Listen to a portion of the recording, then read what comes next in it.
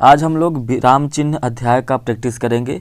यदि आप लोगों ने इससे पहले के प्रैक्टिस को नहीं देखा है तो डिस्क्रिप्शन में लिंक दिया गया है वर्णमाला अध्याय का, उसको आप लोग देख सकते हैं। ठीक है, तो चलिए बिना देर करते हुए इस अध्याय को विराम चिन्ह को स्टार्ट करते हैं। तो पहला प्रश्न जो है वो है विराम चिन्ह के प्रयोग की दृष्टि से इसमें से कौन सा वाक्य जो है वो अशुद्ध है। यदि हम इन दिए गए ऑप्शनों को देखें, दिए गए विकल्पों में देखें तो इसमें जो है विराम चिन्ह के प्रयोग की दृष्टि से अशुद्ध वाक्य है, और वो कौन सा है, वो है डी। यहाँ पर ये जो ऑप्शन है इसमें कहा गया है कि वाह तुम्हारे क्या कहने।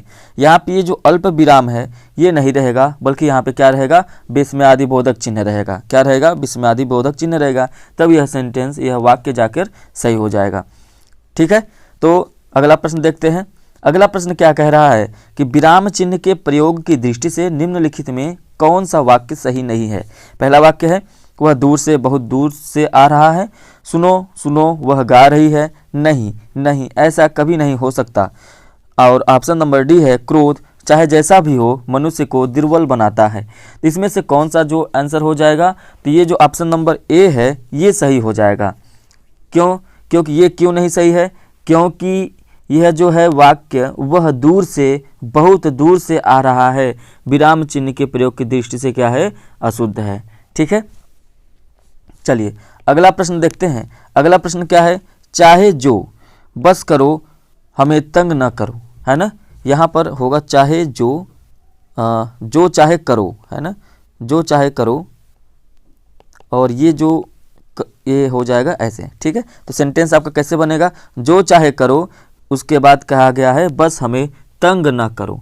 ठीक है, इस वाक्य के बीच में ये जो रिक्त स्थान है यहाँ पर कौन सा विराम चिन्ह आएगा। तो यहाँ पे कौन सा विराम चिन्ह आएगा, तो यदि हम लोग वाक्य में ये ऑप्शन को देखें तो ये जो वाक्य दिया गया है जो चाहे करो बस हमें तंग न करो, है ना, इसमें रिक्त स्थान के जगह पर अर्ध विराम चिन्ह का प्रयोग करेंगे। किसका प्रयोग करेंगे, अर्ध विराम चिन्ह का। तो अर्ध याद रखिएगा, अर्ध विराम चिन्ह पहले तो देखिए, अर्ध विराम चिन्ह, अर्ध विराम चिन्ह आपका कैसे लगता है, इस तरह से लगता है, इसे कहते हैं अर्ध विराम। अर्ध विराम चिन्ह का प्रयोग वहां किया जाता है जहां पूर्ण विराम की अपेक्षा कम देर लगे और अल्प विराम की अपेक्षा अधिक देर तक रुकना हो, वहां पर हम लोग अर्ध विराम चिन्ह का प्रयोग करते हैं। तो यहाँ यह जो वाक्य है कैसे हो जाएगा, ये हो जाएगा जो चाहे करो, जो चाहे करो, फिर उसके बाद अर्ध विराम चिन्ह लगेगा, फिर उसके बाद होगा बस हमें तंग न करो। ठीक है, तो यह जो वाक्य है इस तरह से बन जाएगा। तो इसका ऑप्शन नंबर जो है बी सही हो जाएगा, अर्ध विराम। अगला प्रश्न देखते हैं। अगला प्रश्न कह रहा है कि लेन देन, विरह मिलन, जड़ चेतन आदि शब्द युग्मकों के बीच किस विराम चिन्ह का प्रयोग किया जाएगा। तो यह जो इसका आंसर हो जाएगा, इसका जो उत्तर होगा वो होगा ऑप्शन नंबर बी, है ना। इसे हम लोग क्या कहते हैं, इसे कहते हैं योजक चिन्ह। ये कौन सा चिन्ह है, योजक चिन्ह है। ठीक है, तो लेन देन, लेन देन के बीच में आपका लेन देन, इसके बीच में योजक चिन्ह होगा, है ना। इसी तरह से और बहुत सारे होते हैं, जैसे अनाप शनाप, है ना, अनाप शनाप कहेंगे तो इसके बीच में योजक चिन्ह होता है, लाभ हानि, लाभ हानि, है ना। और उसके अलावा विरह मिलन, ये जो दिया है विरह मिलन हो जाएगा, इसके बीच में ये योजक चिन्ह का प्रयोग करते हैं। जड़ चेतन हो गया, चाहे लेन देन हो गया, है ना, यहाँ पे क्या होगा, आपका योजक चिन्ह का प्रयोग किया जाएगा। अगला प्रश्न देखते हैं। अगला प्रश्न कह रहा है कि पद क्रम की दृष्टि से कौन सा वाक्य शुद्ध है, कौन सा वाक्य शुद्ध है। पहला ऑप्शन है विराट तेज खेलता है, दूसरा है विराट खेलता तेज है, तीसरा है तेज खेलता है विराट, और चौथा ऑप्शन है आपका खेलता है तेज विराट, है ना। यदि हम लोग यहाँ पे पद क्रम की दृष्टि से देखें तो विराट तेज खेलता है, यह वाक्य शुद्ध है। हिंदी में समानता हम लोग देखेंगे तो जो इसका बनता है तो सबसे पहले आपका कर्ता आता है, उसके बाद कर्म आता है, और उसके बाद क्या आता है, क्रिया आता है, उसके बाद क्रिया आता है। तो इस तरह से हम ये जो प्रारूप बना इसके आधार पर देखें तो ऑप्शन नंबर ए जो है वो सही हो जाएगा। ठीक है, चलिए अगला देखते हैं। अगला प्रश्न कह रहा है कि दो विपरीतार्थक शब्दों के बीच कौन सा विराम चिन्ह लगता है। तो उद्धरण चिन्ह, योजक चिन्ह, विस्मयादिबोधक चिन्ह या प्रश्नवाचक चिन्ह, है ना। तो याद रखेंगे कि दो विपरीतार्थक शब्दों के बीच योजक चिन्ह लगता है। विराम चिन्ह का शाब्दिक अर्थ क्या होता है? रुकना होता है। जो विराम चिन्ह होता है उसका शाब्दिक अर्थ देखें तो रुकना होता है। यदि कोई पाठक है तो उसके भाव बोध को सरल और सुबोध बनाने के लिए विराम चिन्हों का प्रयोग होता है ना। जब एक ही शब्द दोहराया जाता है या दोनों शब्दों का अलग अलग दिखाना होता है तो वहाँ पर हम लोग योजक चिन्ह का प्रयोग करते हैं। ठीक है, यदि हम लोग यहाँ पर देखें तो ये जो उद्धरण चिन्ह होता है ना, उद्धरण चिन्ह, इसमें दो होते हैं। एक होता है एकल उद्धरण और दूसरा क्या होता है? दोहरा उद्धरण, है ना। एकल उद्धरण और इसका क्या होता है? दोहरा उद्धरण। ठीक है, तो यहाँ पर एकल उद्धरण का ये जो प्रतीक होगा इस तरह से होता है और दोहरा उद्धरण इस कैसे होता है? इस तरह से होता है। ठीक है, हाँ, इस तरह से होता है। कभी कभी ये ऐसे भी होता है, तो दोनों तरह से प्रयोग किया जाता है इसका। उसके बाद योजक चिन्ह। योजक चिन्ह कैसे होता है? योजक चिन्ह आपको पता है, योजक चिन्ह इस तरह से होता है।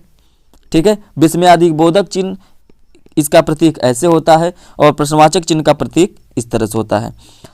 चलिए अगला प्रश्न देखते हैं। इसका जो उत्तर होगा वो कौन सा सही हो जाएगा? योजक चिन्ह हो जाएगा, है ना। याद रखिएगा, दो विपरीतार्थक शब्दों के बीच हमेशा योजक चिन्ह का प्रयोग करते हैं।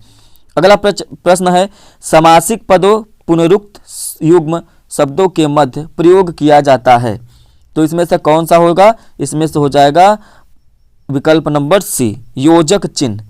जो समासिक पद होते हैं, पुनरुक्त होते हैं, जो समासिक पद होंगे या समासिक पुनरुक्त होते हैं और जो युग्म शब्द होते हैं उनके मध्य योजक चिन्ह का प्रयोग किया जाता है ना। जैसे जय पराजय, इसके बीच में किसका यूज करेंगे? आप योजक चिन्ह का प्रयोग करेंगे। लाभ हानि, चांद सा चेहरा, यदि लिखा हुआ है चांद सा चेहरा तो इसमें भी हम लोग क्या करेंगे? योजक चिन्ह यहाँ पर प्रयोग करेंगे, है ना। तो योजक चिन्ह यहाँ पर प्रयोग होगा, इसलिए इसका जो उत्तर होगा वो सी सही हो जाएगा। अगला प्रश्न क्या है? किसी की कही हुई बात को स्पष्ट करने के लिए वाक्य के अंत में किस चिन्ह का प्रयोग करते हैं? तो याद रखिएगा, किसी की कही हुई बात को स्पष्ट करने के लिए वाक्य के अंत में विवरण चिन्ह का प्रयोग किया जाता है। विवरण चिन्ह का प्रयोग किया जाता है, ये है आपका विवरण चिन्ह। ठीक है, क्या है ये? विवरण चिन्ह। तो विवरण चिन्ह का प्रयोग किया जाता है। ठीक है, यदि आप कहीं पर भी आवेदन पत्र दे रहे हैं या प्रार्थना पत्र दे रहे हैं तो यहाँ पर विषय या तो फिर द्वारा के बाद हम लोग क्या करते हैं? विवरण चिन्ह का प्रयोग करते हैं। तो इसका जो उत्तर होगा वो कौन सा हो जाएगा? ऑप्शन नंबर डी सही हो जाएगा। अगला प्रश्न देखेंगे, तो अगला प्रश्न है, किसी अक्षर या शब्द पर विशेष बल देने के लिए किस चिन्ह का प्रयोग किया जाता है? तो किसी अक्षर या शब्द पर विशेष बल देने के लिए वो हम लोग इकहरा उद्धरण का प्रयोग करते हैं, है ना। याद रखिएगा, जहां किसी पुस्तक से कोई वाक्य या अवतरण ज्यों का त्यों उद्धत किया जाए वहां दोहरे उद्धरण चिन्ह का प्रयोग होता है, और जहां कोई विशेष शब्द या पद, वाक्य खंड, ये सबों को उद्धत किया जाए तो वहां पर इकहरे उद्धरण लगते हैं। तो इसका जो उत्तर होगा वो ए सही हो जाएगा, इकहरा उद्धरण। अगला प्रश्न देखते हैं। अगला प्रश्न कह रहा है कि निम्न में प्रश्नवाचक चिन्ह कौन सा है? तो प्रश्नवाचक चिन्ह कौन सा हो जाएगा? इसमें ऑप्शन नंबर ए सही हो जाएगा।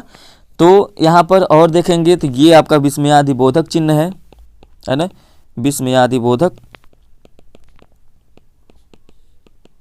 और इसके अलावा ये जो है ये अल्प विराम है, ये क्या है? अल्प विराम। और ये जो है ये है अर्ध विराम। इसको क्या कहते हैं? अर्ध विराम। चलिए अगला प्रश्न देखते हैं। अगला प्रश्न है, माता पिता दोनों प्रसन्न थे, इस वाक्य में माता पिता के मध्य कौन सा विराम चिन्ह लगेगा? है ना, इस प्रश्न में माता पिता के बीच में कौन सा विराम चिन्ह लगेगा? तो इसका उत्तर हो जाएगा योजक चिन्ह लगेगा। ठीक है, यदि हम लोग ये प्रश्न में जो दिया गया ये वाक्य है, माता पिता दोनों प्रसन्न थे, इसमें ये जो माता पिता दिया हुआ है इसमें इसके मध्य में योजक चिन्ह का प्रयोग होगा। इसका जो प्रयोग होता है वो समासिक पदों या पुनरुक्त या फिर युग्म शब्दों या जो द्वित्व शब्द होते हैं उनके मध्य किया जाता है ना, जैसे माता पिता हो गया। अल्प विराम चिन्ह का प्रयोग कहाँ पर होता है? ये जो अल्प विराम चिन्ह होता है वाक्य में जहाँ थोड़ी देर का ठहराव होता है वहाँ पर अल्प विराम चिन्ह का प्रयोग करते हैं। थोड़ी देर का ठहराव, अल्प विराम हो गया। ये अर्ध, हाँ ये थोड़ा सा गलत लिखा हुआ है, ये है अर्ध विराम। क्या है ये? अर्ध विराम। तो जो अर्ध विराम होता है इस तरह से इसका प्रतीक होता है। अर्ध विराम का प्रयोग स्पष्ट विराम स्थलों में आता है और किसी वाक्य में कई स्वतंत्र वाक्य होने पर उन्हें अलग अलग रखने के लिए भी इनका प्रयोग किया जाता है ना। ये जो निदेशक चिन्ह है, निदेशक चिन्ह को कैसे इसका प्रतीक क्या होता है? ये यही होता है। तो निदेशक चिन्ह का प्रयोग विषय या विवाद संबंधी जो प्रत्येक शीर्षक होते हैं उसके आगे, उदाहरण के बाद, है ना, कोई कथन किया गया उसके नाम के आगे, तो यहाँ पर हम लोग क्या करते हैं? निदेशक चिन्हों का प्रयोग करते हैं, है ना। इसे रेखा चिन्ह के नाम से भी जाना जाता है, तो याद रखिएगा इसे रेखा चिन्ह भी कहते हैं। चलिए अगला प्रश्न देखते हैं। तो अगला प्रश्न क्या कह रहा है कि उसने मुझसे कहा मैंने आज एक मशीन खरीदी है। ये जो वार्तालाप है इसमें किस विराम चिन्ह की कमी या त्रुटि है ना। तो किसी व्यक्ति की कथन को, है ना, या उक्ति को इसके पहले, मतलब कि किसी व्यक्ति की कथन के पहले हमेशा अल्प विराम चिन्ह का प्रयोग किया जाता है। किसका किया जाता है? अल्प विराम चिन्ह का प्रयोग किया जाता है। अल्प विराम चिन्ह के प्रयोग के साथ वाक्य का शुद्ध रूप यदि हम देखें तो कैसे हो जाएगा? उसने मुझसे कहा, यहाँ पर आप अल्प विराम लगाएंगे, मैंने आज एक मशीन खरीदी है। ठीक है, तो यहाँ पर इसका जो उत्तर होगा वो सी सही हो जाएगा। अगला प्रश्न देखेंगे। अगला प्रश्न कह रहा है मुझे बाहर जाना है। यहाँ पर ये जो रेखांकित चिन्ह है यहाँ पर दिया नहीं गया है, तो ये रेखांकित चिन्ह होगा। इस चिन्ह को बताना है कि ये क्या है। तो ये क्या है? ये आपका पूर्ण विराम है। क्या है? पूर्ण विराम, है ना। ऐसे ये आपका पूर्ण विराम होता है।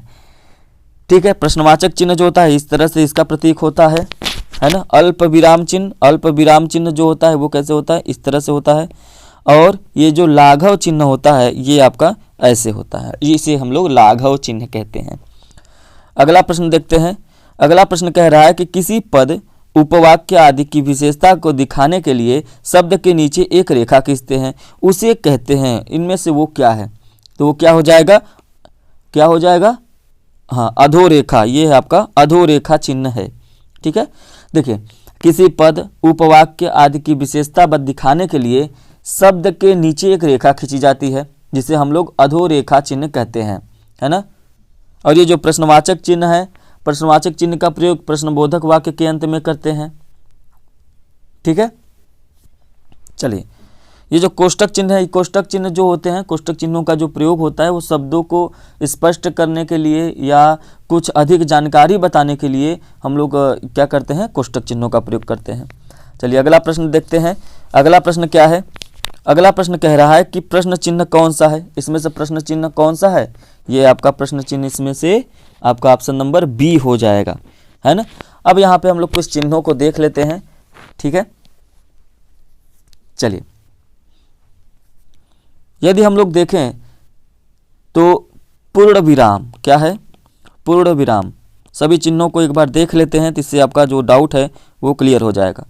पूर्ण विराम का चिन्ह कैसे देते हैं? इस तरह से हो जाएगा। ठीक है, अर्ध विराम, अर्ध विराम का चिन्ह कैसे होता है? अर्ध विराम का जो चिन्ह होता है इस तरह से हो जाता है ना। ये आपका अल्प विराम है। प्रश्नवाचक चिन्ह, ये आपका प्रश्नवाचक चिन्ह हो गया, है ना। उद्धरण, उद्धरण चिन्ह दो होते हैं जैसा कि मैंने आपको बताया। उद्धरण चिन्ह एक तो आपका इस तरह से हो जाएगा और दूसरा आपका जिसमें एक लाइन होगा, एक ये आपके उद्धरण होंगे। ठीक है, अगला है आपका योजक चिन्ह। योजक चिन्ह जो होते हैं वो ऐसे लगते हैं, है ना। निर्देशक चिन्ह, निर्देशक चिन्ह जो होता है वो इस तरह से होता है किसी चीज़ को निर्देश देने के लिए। लाघव चिन्ह, जो लाघव चिन्ह होता है वो कैसे होता है? इस तरह से होता है। ठीक है, और यदि हम इसके साथ साथ देखें लोप सूचक चिन्ह, क्या? लोप सूचक चिन्ह, लोप सूचक चिन्ह, ये आपका इस तरह से होता है, ये लोप सूचक चिन्ह है, स्पष्ट है। होता है एक टीका चिन्ह, टीका चिन्ह आपका इस तरह से होता है, और एक है आपका समाप्ति चिन्ह। क्या है? समाप्ति सूचक चिन्ह या समाप्ति चिन्ह। तो समाप्ति सूचक हम लोग कैसे समाप्ति का सूचक करते हैं, इस तरह से बनाया जाता है, स्पष्ट है। चलिए, जहाँ पर ज़रूरत होगी हम लोग और चिन्हों की बात करेंगे, लेकिन यहाँ पर आप इसका स्क्रीनशॉट लेके आप इसको एक बार अच्छे से देख लीजिए, क्योंकि प्रश्न जो है आपको ऐसे ही पूछे जाएंगे। आगे की प्रश्न की ओर बढ़ते हैं, और अगला प्रश्न है आपका, संज्ञा की द्विरुक्ति हो तो उनके बीच कौन सा चिन्ह रहता है। संज्ञा की द्विरुक्ति हो तो उनके बीच कौन सा चिन्ह रहता है, तो उनके बीच कौन सा चिन्ह रहेगा, योजक चिन्ह रहेगा, स्पष्ट है। चलिए आगे बढ़ते हैं। निम्नलिखित में से निर्देशक चिन्ह कौन सा है, तो इसमें निर्देशक चिन्ह कौन सा हो जाएगा, इसका ऑप्शन नंबर डी सही हो जाएगा, ये आपका निर्देशक चिन्ह है, ठीक है। चलिए, एक होता है आपका हंस पद चिन्ह। क्या होता है? हंस पद चिन्ह।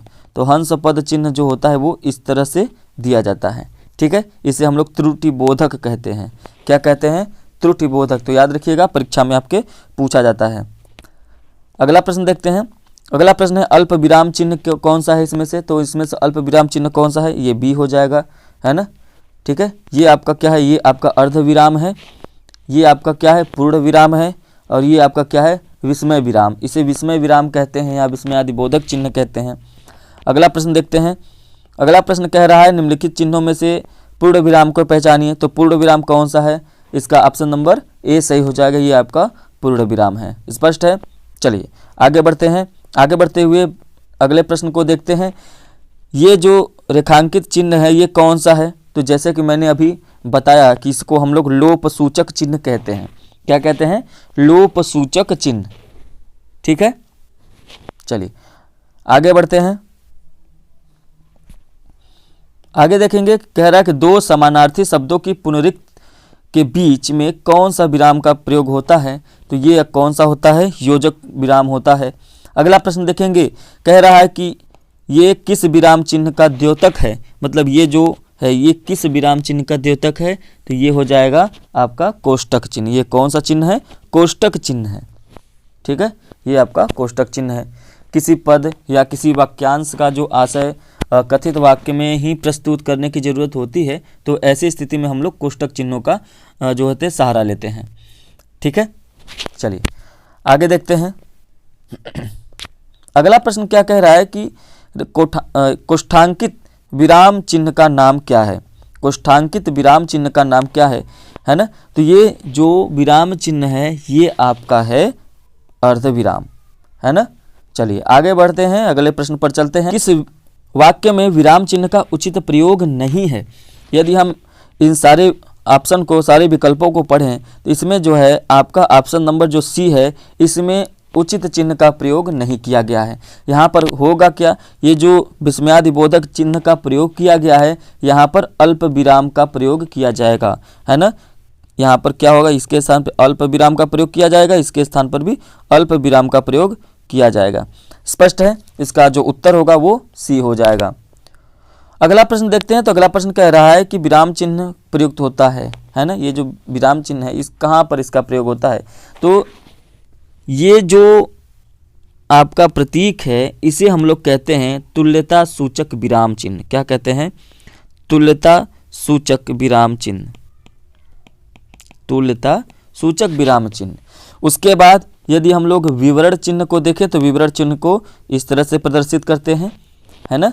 संयोजक चिन्ह, संयोजक चिन्ह किसे कैसे होता है, ऐसे होता है, ये आपका संयोजक चिन्ह है। लाघव चिन्ह आपको अच्छी तरह से पता है कि इस तरह से लाघव चिन्ह होता है। अगला प्रश्न देखते हैं। अगला प्रश्न क्या कह रहा है कि निम्न में से कौन सा विराम चिन्ह का प्रकार नहीं है। तो आपको अच्छी तरह से पता है कि ये जो उपदेशक है ये कोई भी विराम चिन्ह का जो है प्रकार नहीं है। निर्देशक चिन्ह होता है इस तरह से, लाघव चिन्ह ये हो गया आपका, है ना, और विवरण चिन्ह आपका इस तरह से हो जाता है विवरण चिन्ह। तो यहाँ पर ये जो इसका उत्तर हो जाएगा वो क्या हो जाएगा, सी सही हो जाएगा, ठीक है। चलिए ये जो विराम चिन्ह था, इसका जो टॉपिक का जितने भी महत्वपूर्ण प्रश्न थे सारे प्रश्नों को हमने क्लियर कर लिया है। यदि आप लोगों को कोई भी डाउट है तो इससे संबंधित क्लास का डिस्क्रिप्शन में लिंक दिया गया है, आप उसको देख सकते हैं। चलिए मिलते हैं अगले क्लास में, तब तक के लिए धन्यवाद।